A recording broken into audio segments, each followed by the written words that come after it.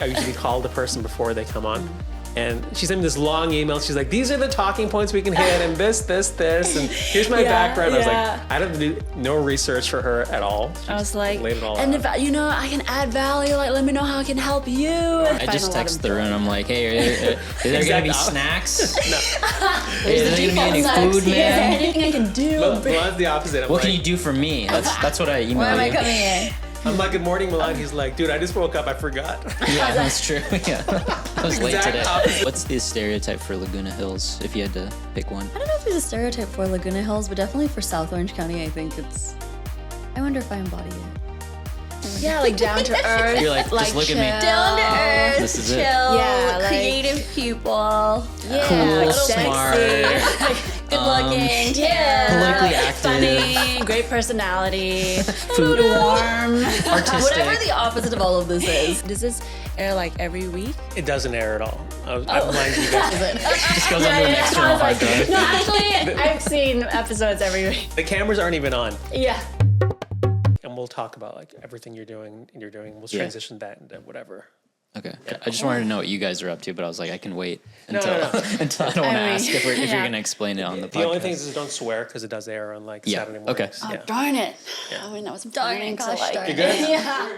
What's going on, guys? My name's Tarun Shetty. Welcome to the Convo Sutra. You know, I hate saying this intro every time. We're doing a podcast. Like, why am I doing an intro? No, it's I great. do an intro for Really? mine Yeah. every time. It's good. Yeah. I know who's Okay. listening new. Yeah, Alright, and well. Convo Sutra, that name, I could hear it right. anytime. Yeah. Well, before we start, how about we do a quick intro for our audio listeners? What's up, guys? It's Jazz, host of the Hot Chai Pod, a Bollywood film and gossip show.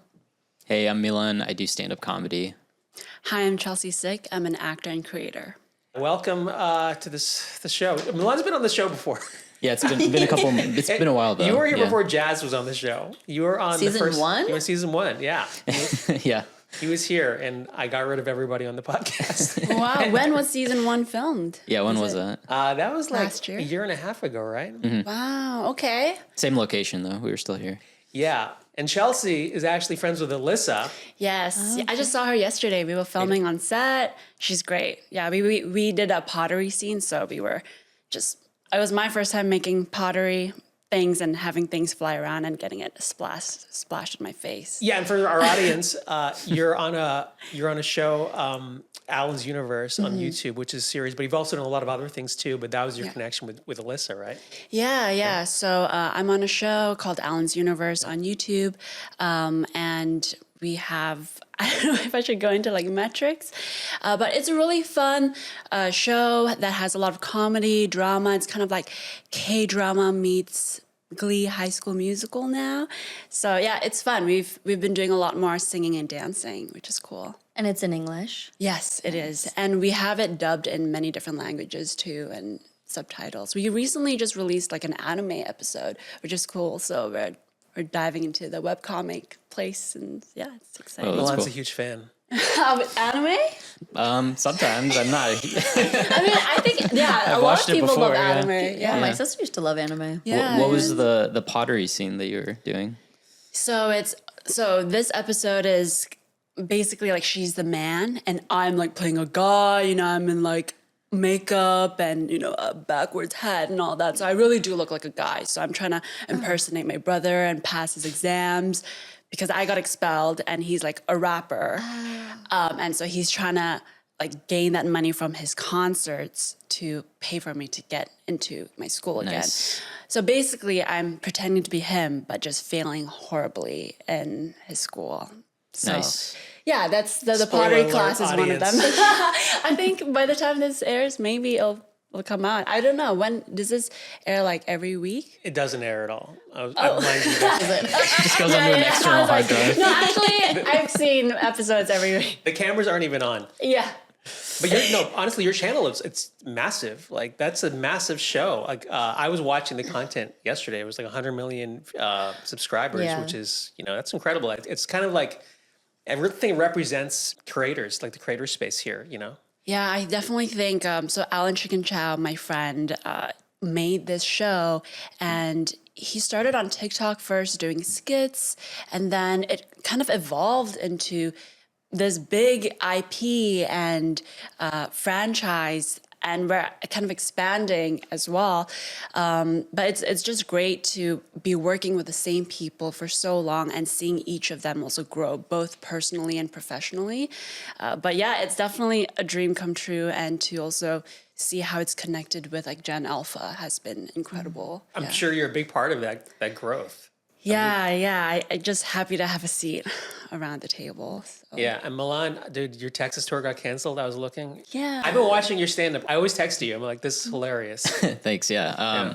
I got canceled. There's a huge snowstorm. I don't know if you guys heard about it, but there's like a snowstorm across the South and then into the East Coast. It only snows in Texas like once every other year, and so I just had really bad luck. But I rescheduled my shows to mid-March. So I don't know when this episode comes out, but if people want to go see me in Texas, I'll be there. It'll come out next week, actually. Cool. Yeah, I'll be there in mid-March. Check me out. But yeah, it was crazy. It was just like a freak accident where it never snows there. I specifically picked to go to Texas in the winter because I was like, oh, it'll be warm and nice. I don't want to go to the East Coast, but Chelsea, you got to do stand-up. You can use your. Honestly, I mean, I'll be supporting. But I mean, climate change, I guess. It's supposed to be winter now in LA, but it's so hot out. Yeah. And it's Texas, it snows. I've never been to Texas, but I want to go. Yeah, this will be my first time. I've never been before. Yeah. You guys feel lucky to live in LA. Yeah. In the winter, for sure. I mean, sitting outside, getting a little tan. Oh. Wait, where's everyone from, actually? I'm from New Hampshire. My parents from India. Okay. I was born and brought up in New Hampshire. Okay. Does it snow in New Hampshire? It does. Okay. So I'm used to cold, but when I go back now to like East Coast, I get frostbite immediately. Right. 'Cause I'm not used to it. But I used to be able to handle it. Now I'm just so acclimated to Los Angeles. It's hard for me to go to these cold climates. How long does the winters go? Winters, like November to like February, late February. So, I see. Yeah, it's not too bad. Where are you from, Jazz? Let's go around the From room. here. I'm born and raised in SoCal. Orange County in LA. Yeah. Nice. Nice, I'm a native. OC girl. We love OC culture. It's so funny because people say like in LA, if the culture is so different from just if you just drive an hour Yeah, to it OC actually and is. everything is, just different. Oh, cool. Where in OC are you from? Laguna Hills. Oh, okay. Okay. Yeah. Oh, that's nice. Time. There's subcultures within. There's You can't just say the OC. OC is not a monolith. It is not a monolith. People who want to be from a certain, the North County, and then they want to act like they're There's from South subcultures OC. in OC. What's the stereotype for Laguna Hills if you had to pick one? I don't know if there's a stereotype for Laguna Hills, but definitely for South Orange County, I think I wonder if I embody it. Yeah, like down to earth. You're like, just look at me. chill. Down to earth, This is it. chill, Yeah, like- creative people, Yeah, Cool, like smart. sexy, good looking, Politically active. funny, great personality, Food. warm. Artistic. whatever the opposite of all of this is. This is That's South what- OC yeah. stereotype maybe. Nice. Bad and bougie. Okay. I'm from the Northwest. I'm from Southern Washington, so really close to Portland, Oregon. I guess this is the biggest city. And I'm guessing it snows there too. Not really. Yeah, it only snows every couple of years. Oh, interesting. Yeah, it mostly just rains all the time. I But see. What town? Vancouver, Washington. Okay. Yeah. Okay, cool. Yeah, I always wonder what it's like living in a state or like a country that snows and have regular snow seasons, because I think the lifestyle change is so different, like having to shovel snow, having to maybe have a snow vacation from work or school. I'm from Malaysia, so it's tropical. Awesome. And but it's been raining so much more now from what I remembered when I was a kid. So we have monsoon seasons, but never snow. And I remember seeing snow for the first time in Idlewild. I went to this boarding arts school up in the mountains in California when I was 15. And I remember crying when I saw snow for the first time. You cried? Yeah, Like of joy. Yeah, of joy. Because when you look up, it's like raining, but in slow-mo. And it doesn't like attack your face. You can actually see the flakes fall. So I was like, I don't miss snow at all. I miss it for like a week. Like I would take take 1 it for week out of the granted. year to be in snow. I get it. Yeah, I get it. I mean, you guys have I have a more idealized, like romanticized version because Right. I've never You never had to like experienced it. wake up at 6 a.m. Right, yeah, and scrape your car so that you could go to Exactly. school. Where in Malaysia are you from? 𝐵𝐻𝐻𝐿, KL. Yeah, the nice. capital. So still a city girl, but my parents are from Ipoh, so we go there. It's a smaller city, mining city in Malaysia, and we go there every year. You speak Tamil? Yeah, a little bit. Yeah. I know. Do you guys know some Tamil? No. I don't speak Tamil, no. I'll say a few words. Hopefully it's still good. I know like saptia. It's like have you eaten? And then sapte is like I have. Whoa. And then 𝐼𝐻𝐫𝐞𝐿. It's like you're really beautiful. I like that one. Yeah, but in Malaysia it's really multicultural. So Yeah. Those are all I grew like up. pickup lines. You're really beautiful. No, Someone's dated a Tamil guy. no, my mom says that all the time because she has a best friend who's Indian, and you know, in Malaysia, like I have like who I call, you know, everyone calls each other uncle and aunties, and I have this uncle Dave who we would spend a lot of time. He like works for my family, and he's like part of family, and he drives, helps my family drive us around. So he taught me those words too, because we spent a lot of time together. And growing up, I learned 3 languages at once. So it was like Malay, Chinese, and English? Yeah, exactly. What's the Exactly. last one? English? Yeah. Jazz, I went you to just Malaysia. know me. So, you've been to Yeah, I've been Malaysia. to Malaysia, yeah. Oh, cool. Had a good time. How was that experience? Where did you go? Oh, I went around Malacca and Okay, and then 𝐿, and it's awesome. Yeah. The Good food's Indian food, great. yeah. I think people's great too. Like all my Malaysian friends, I still am very connected with them. Yeah. Milan, have you been?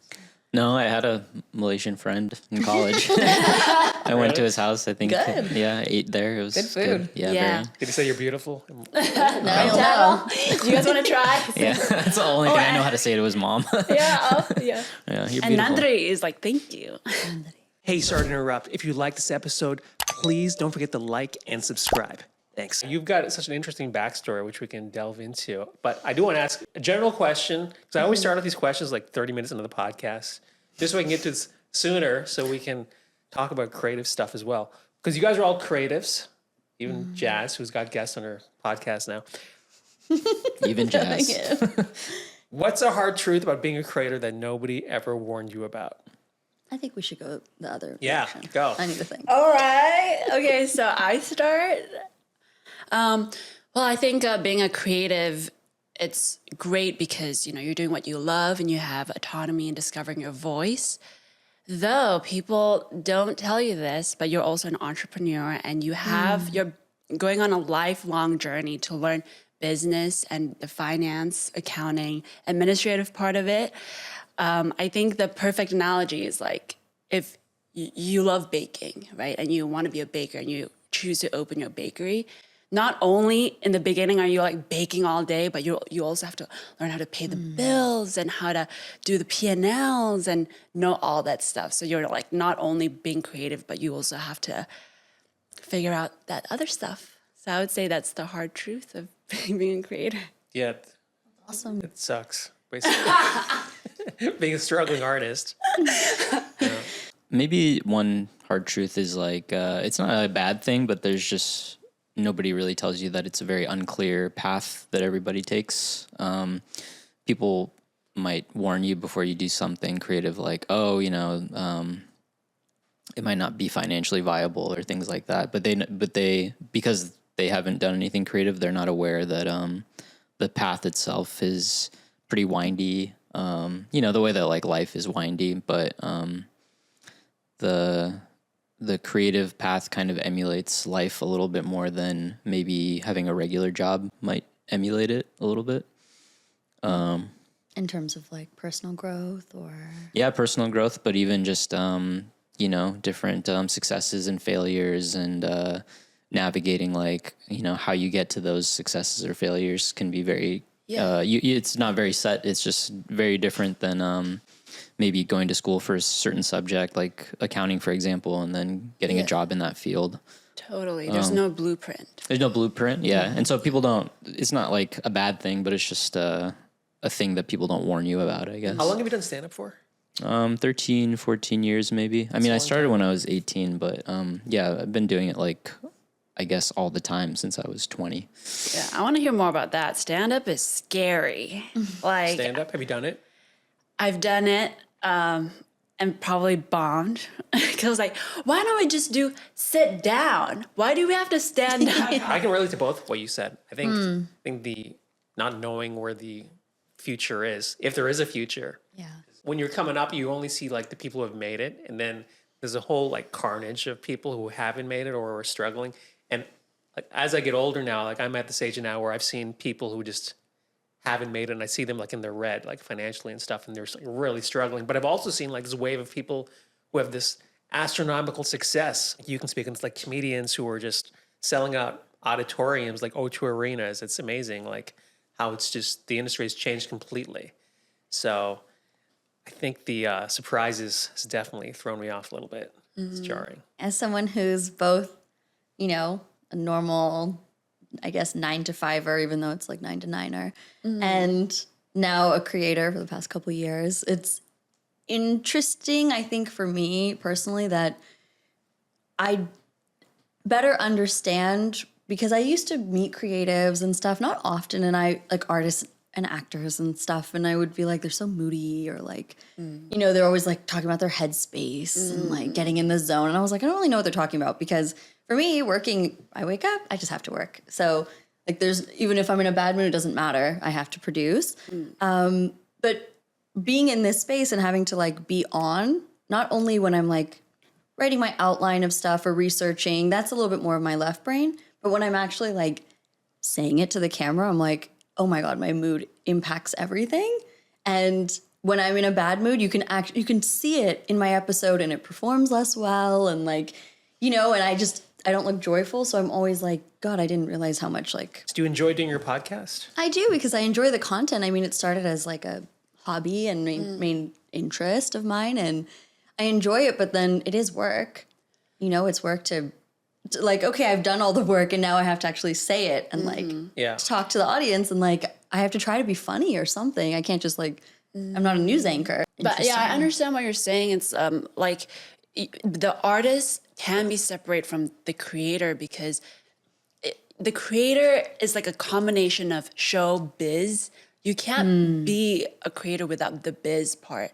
And so it has to be also like, how do you say, like, it has Lucrative. to sustain itself. Yeah, lucrative, exactly. I mean, it doesn't have to be. Right, it doesn't have to be. Yeah, but I know what you're saying. It's like sometimes you meet these artists, and it's the integrity of the work, which is so important, you know, like artistic integrity and like respect for intellectual property and all that. But sometimes it can also cripple us to not like be of service and be consistent. And I think it should be think lucrative. outside. Who wants to be a broke artist? I mean, that's the. I don't want to Yeah, be. but you know, That's in the school, reality when you here. learn the craft, you don't think about how can I make money, or you don't think about like, you know what I'm saying? It's all about the craft. The performance. But now that, you know, we're all like grown up and we're like, yeah, guys, like, tell me about it. The many years, you know, we had to go through. Yeah, it's kind of like a wave, right? And then sometimes you go through periods of that where you're like, oh, I'll be very focused and professional about it. And sometimes that can be kind of stifling too. And then you'll see people who don't worry about that stuff at all and just worry about the creative part. And maybe that works out really well sometimes for people too. So yeah, it's like, I think, it's very windy, you know? Like you're really committed. If you're talking about the craft, like he's really committed to the craft of stand-up, which is, it's really admirable, because I feel like the craft is kind of lost in stand-up comedy. I don't know how much you guys know nowadays, but it's really changed by like TikTok and social media. But like he's very committed to like jokes and touring, like even going on tour to like Texas and stuff. Like that's, a lot of comics have never even been outside LA, so that's really admirable. It's good to care about the thing that you do. Just to like even broaden it up, like trying to do acting recently and talking to people who have been doing acting for as long as I've been doing stand-up, and how much thought that they put into it and effort they put into it. I put a lot of effort into stand-up because it's something that I've cared about for a long time, but didn't do that with other things that I was doing. So it's cool to see other people that have been doing something as long as you and how much thought goes into that, because then you're like, oh, I can kind of transfer how much I care about this one thing and the thoughtfulness I put into it into another. Yeah, definitely. I feel like the commitment to craft will never go out of style. like when someone really like loves what they do and they really like is the master of storytelling or humor or how it lands, it's actually kind of technical too. Yeah, I think that will never go out of style, no matter how we like what platform we're on or how the trends come and go. If you're talented, you're talented, you know.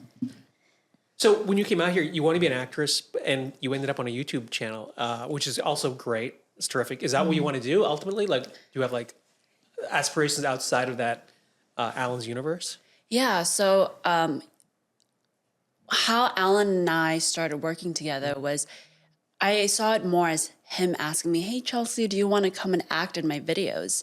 And, you know, you hear from school, your professors always say, yeah, you know, all you need to do is just find a bunch of friends and create together. And so when he asked me to like, you know, act in some videos, I was like, okay, let's like just act. So for me, even though it is on YouTube or many different platforms like TikTok at first, I just saw it as acting. Because it could be a different scale or a different speed or maybe a different process, but the mechanism and like the part of storytelling, for me, it is fundamentally acting. Just could be a different style, you know, whether it's live theater or like sitcom or like drama or TikTok or short form. I couldn't have asked for anything better. Especially to have grown with like the same group too, and to have that community here when I'm on my own while my family's in Malaysia. That consistency has really helped my mental health, and I am so grateful to Alan. So you're by yourself here? There's nobody from... Yeah. I've been here by myself. When I was 15, I went to a boarding arts school. But me and my family, we would always text every day and FaceTime. And I also have an Uncle Peter in Phoenix, Arizona, who would... Shout out Uncle Peter. Yeah, Uncle Peter is the GOAT. Yeah, he's the best. He would take me in for breaks. He's my dad's best friend. Like during like summer breaks or spring breaks, and I would learn a lot from him. We would do like construction work. Alternative career. career. We go on like a lot of runs. So... Sounds kind of an abusive relationship. Let's do construction outside. So, he's the one, like, now I have a passion for, like, real estate. I have my own, like, home improvement kit, you know. I mean, and in the States, you have to do everything by yourself. Everything's DIY, Home Depot. It's not like Malaysia where, you know. So. DIY. DIY, Not my experience. Maybe you can teach me a few of your experience, girl. Yeah, finding someone else to do. Someone with muscles. Calling my dad, go fix it. Someone who knows what they're doing. I think you hit upon an important point of having like a support system. Yes. And I think what I kind of took from that, your YouTube channel is also you get to work with creative people as well. Because you can go insane in Hollywood if you don't have the right people around you. Yeah. I'm definitely very grateful for that. I mean, at first, you know, now we see each other almost every day and we have many projects going on at once. But at first, it was just kind of like once a week or whenever there was a chance to get together to make content. Yeah. But I always knew from the start, like, I'm going to prioritize that. So whenever there was a shoot, I would always move things around and shoot with Alan. Yeah. Lines like I'm a lone wolf. I mean, being a stand-up comedian. Is it very lonely as a stand-up, or do you find you have a community after all these years here? Yeah, it can be. It just depends on how. It depends on the choices that you make. It's actually not that lonely if you choose to be sociable, because when you want to practice, you do open mics a lot. Yeah. And so there's tons of other comedians that you're seeing. It actually is kind of a very social, creative medium. The personality types end up being a little introverted and antisocial, but it's not that they don't have the opportunity. It's not that we don't have the opportunity to be around each other all the time. But when you think about what stand-up is, it's one person talking at a time, which is not a very social thing. But before or after that, there's lots of opportunities, and then you make friends and do other types of creative projects like sketches or or you get into improv or whatever. It's interesting you say that they're mostly introverted personalities, because you would expect like, it's like the class clown or something wants to be a stand-up comic, but it's not necessarily true. Yeah, You're at also least in my introverted. experience. Why do you think I'm introverted? You have proclaimed that you're I've thought about a that lone too. wolf. Yeah, but I've thought about like people who are creators or like in like a stand-up. A lot of the times in their normal life, I would see them maybe in a group and they have few words because they're observing life a lot.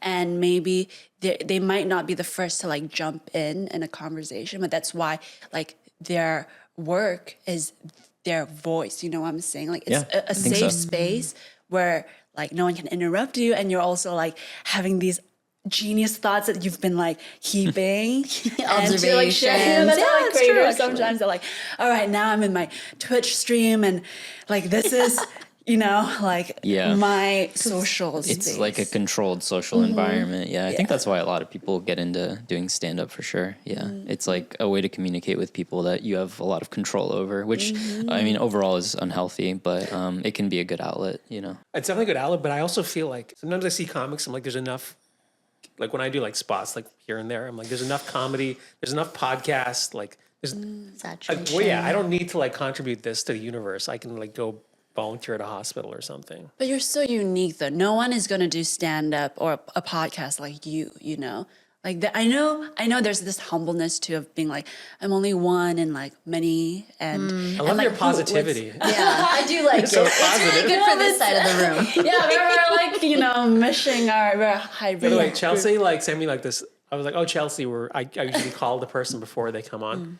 And she sent me this long email. She's like, these are the talking points we can hit and this. And here's my background. I was like, I don't do no research for her at all. She I was just like, laid it all and out. if you know I can add value, like let me know how I can help you. No, I appreciate it. Thank you. No, I mean I think for me, I I find just a lot text of joy. Through and I'm like, hey, is there going to be snacks? Is there going to be any Snacks. food, Is there man? anything I can do? Milan's the opposite. I'm What like, can you do for me? That's what I email Why am I you. coming in? I'm like, good morning, Milan. He's like, dude, I just woke up. I forgot. Yeah, that's true. Yeah, I was late Exact today. opposite. And, But we need that. We need the diversity, you know, and like, yeah, it's like the mix. It's what makes us like contrast. I don't think everybody should have a podcast, and I don't think everyone should be a creator. yeah, Even of if they course. have a unique style, sometimes that style is not appealing. well, maybe they can make stuff just for themselves Yeah, or for much. friends and family or just they something don't that's an wanna see outlet. it. But you don't have to. Yeah, maybe they don't want to see it either. But yeah, like you just do it because it's fun for you, and not That's usually the because- stuff that blows up when you're just like doing it for yourself. Yeah. When you're truly doing it for yourself, because I Yeah. think to both of your points, sometimes you are fully doing it for other people's validation, and I think that you can always like kind of tell those creators You can smell it. apart. Even on like TikTok and stuff, you can see who's kind of like thirsty versus who's just kind of being themselves. It's so weird how, I don't know. And I mean, it's everyone, it's in the eye of the beholder. Like sometimes people who are super fake and cringe do astronomically It doesn't well. mean it doesn't mean that they won't do well, but it also doesn't mean that everyone can't smell that on them. But maybe they don't care. But that's a good point, though, like doing stuff creatively versus doing stuff for business as well. Because Yeah. we were just talking before this, and I talked to Chelsea about this, about like diversifying this podcast so we can bring in more of an audience. And so there's like a strategic business decision there because you've got to incorporate that. Otherwise, you know, you'll never grow. Yeah. So I do try to incorporate that into like my art, which maybe it's diluting it. I'm not sure. I mean, it's experimenting. I think it's like what you said. There's no straight path, and you have to go through the winding road. And the more you do, the more things will reveal itself to you. Yeah, maybe you'll do that for a while and you'll get bored and you're like, Yeah. oh man, I'm just doing too much of the business stuff, and, then you'll you're go like, back. and you just have more fun, Yeah. and then you'll have too much fun. Yeah, I get bored easily. I can't relate. None of us can relate. Bored right The three of now. us are like, no, podcast. not us. Yeah. But Jazz, like I was thinking, like it's so true. I think. I mean, what both of you said. Like, I think inherently, I think everyone has a little bit of a people pleaser in them, and you have to figure out how to like. Yeah, no one. Yeah, she doesn't. But we have to figure out how to like shed that for this creative freedom to not gain approval, to fail in public, to put ourselves out there. And I think that's where the best work comes. Do people please? Try not to. Sure. Sure. And that's not a bad thing. I think knowing that I can help people or like make them happy makes me happy. So I don't know whether that's people pleasing because that's also like selfish, you know what I'm saying? Like it brings me joy. You know what I'm saying? Like In psychology, they say there's no true altruism. Yeah, exactly.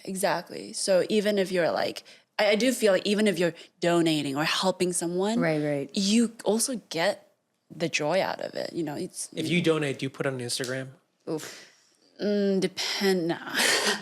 Sometimes it's good to put it on because Right. then it encourages other people to donate as well. It doesn't matter if it's selfish or if you're doing it for clout. It's like if you're helping people, you're helping Yeah, people. that's like an action. But I mean, it can it is inspired. fake. Sometimes it's fake, but yeah, The world's run on ego. You know, like a lot of stuff is done because I don't know. You want to see if you can do it. Like, Yeah. Why do we have airplanes or why do you have Why do I have a podcast? You know? Yeah. And there's a lot why of wave questions. airplanes? Because they'll crash. Why fly? Why invent an airplane?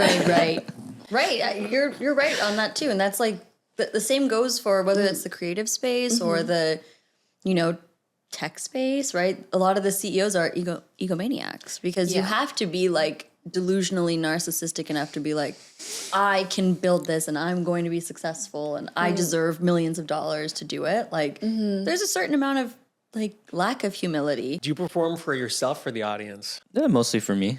Yeah. And then I like making people laugh too, but it's mostly just because I enjoy doing it for myself. But if you were tanking, would you enjoy? Yeah, if comedy? nobody was laughing. Nobody was laughing. all the No, time. I wouldn't like that. No. Yeah. But I don't know if that's necessarily like altruism or just because I want to protect my own ego in that case, I like putting creative stuff. I like being creative and putting my ideas out. I enjoy making people laugh. I think it's fun, but I don't. If I'm being honest, it's not really the primary reason. Probably. Just off the top of my head, at least. No, that's good. Yeah. What about you, Tarun? You're What? putting Milan on the spot.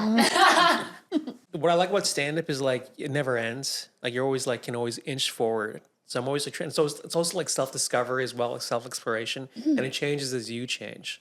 So I kind of like that progression, and that keeps me interested in it. Like there's no reason for me to do stand up actually at all. It's like a waste of my time. There's no money in it. I enjoy being on stage. Like I did Yamashiro's. You ever do that room? No. Like this room in a Japanese restaurant in Hollywood, and it was a good show, but it was like an off night. But it was like 20 people there. But I was telling my friend, I just enjoy the action now versus being nervous or anything. Like I really just enjoy the experience of like, oh, here are some jokes I wrote. I'm gonna tell. It's really that simple. Write joke, tell joke.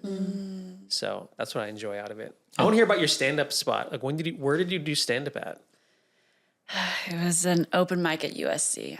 I went to college. That was the college I went to, and there was an open mic one day, and I was like, I like doing things that scare me, so I'm just gonna do that, and I want to fail. Like I'm always trying to like practice or not practice the muscle, but yeah, like get comfortable with failing. Yeah.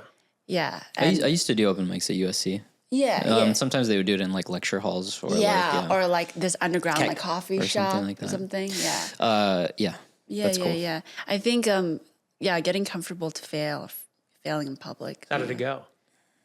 It was definitely I feel like I brought the energy down. You know when you're supposed to like bring the energy up? I think everyone's like, is she okay? But it's students, right? I mean, Yeah. I mean, it was no big deal. I think I was supporting my friend who was hosting this like open mic event. And so I just went up and tried to riff. Yeah. But I mean, some people like the dark humor side. So maybe it's just a different take. Just maybe like an emotional monologue. yeah, you're young too. So like I used to do a lot of colleges. Man, they were death, dude. I don't know if you ever do the NAC and stuff.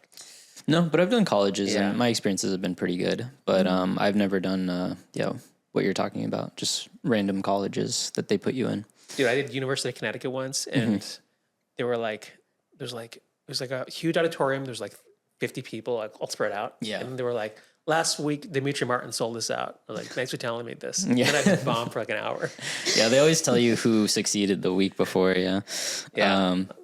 Yeah, it can be kind of rough sometimes. Jazz, have you done open mics at USC? I've never done an open mic or open singing or open anything. Can you say what you I think do? you'd be so good at it. Oh, I don't think I'd be that good at it. You talk about Laguna. I can hear your voice. Your voice has like such a I'm like a private Resonant. stand-up, you know, like No, in I my get friend it. group I or get like it. for my family. I like to sit and Exclusive. entertain them. Yeah.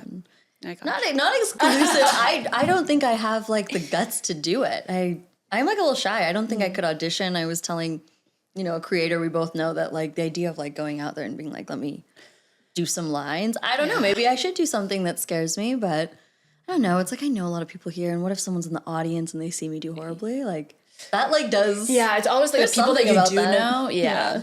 Yeah, I get Maybe they'll that. like you more. They'll see you be vulnerable. I've been vulnerable. I mean, I've Yeah. talked about vulnerable stuff here. Maybe we can have you do like 5 minutes of stand-up here. Yeah. Honestly, this is very vulnerable. Really? Were you scared Yeah. coming on here? I always want to.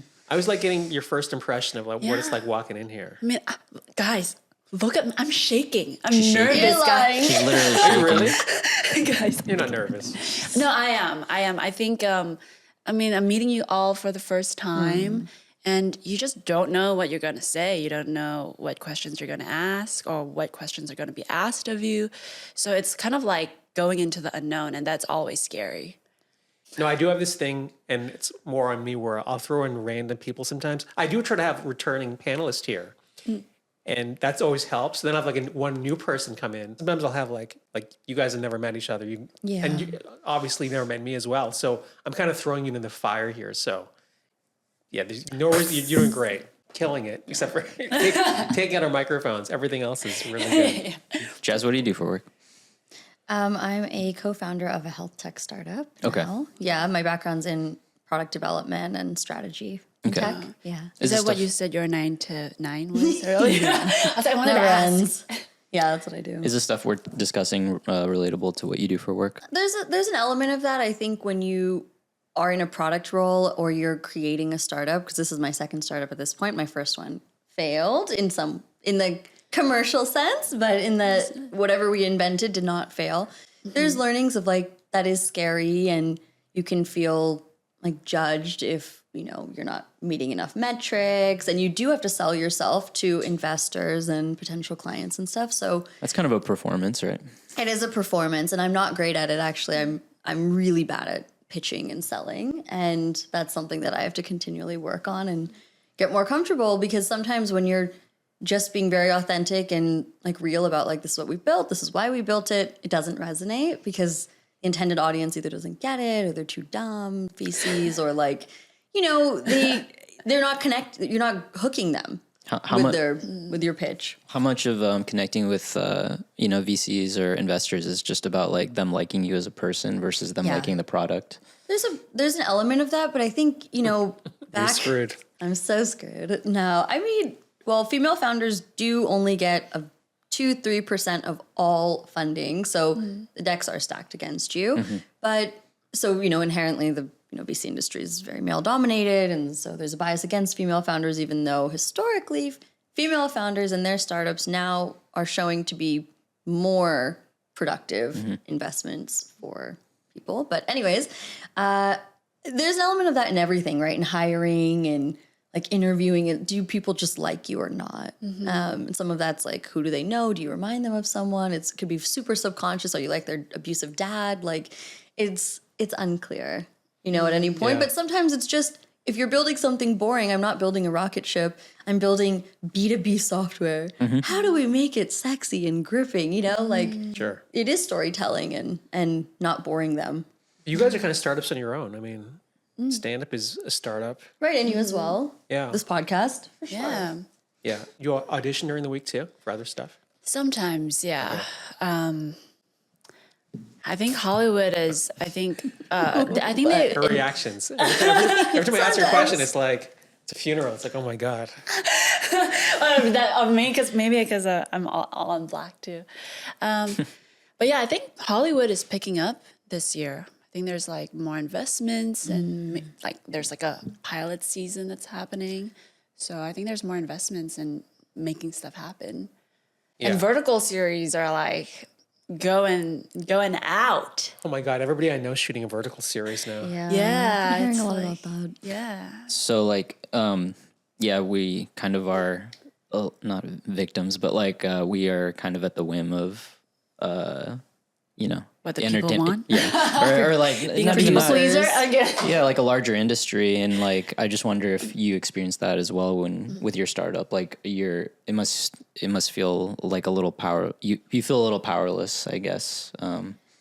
You can. I mean, you have to get creative. You know, this is my second go at it, and you definitely learn things along the way, and you start to see what's selling, what's not, how do you continually innovate to make your product more sticky and pivot and be okay pivoting and and just be like, no, we were going to build this. We thought this would be like a big part of it. No one cares anymore. Like trying to foresee what's going to add value.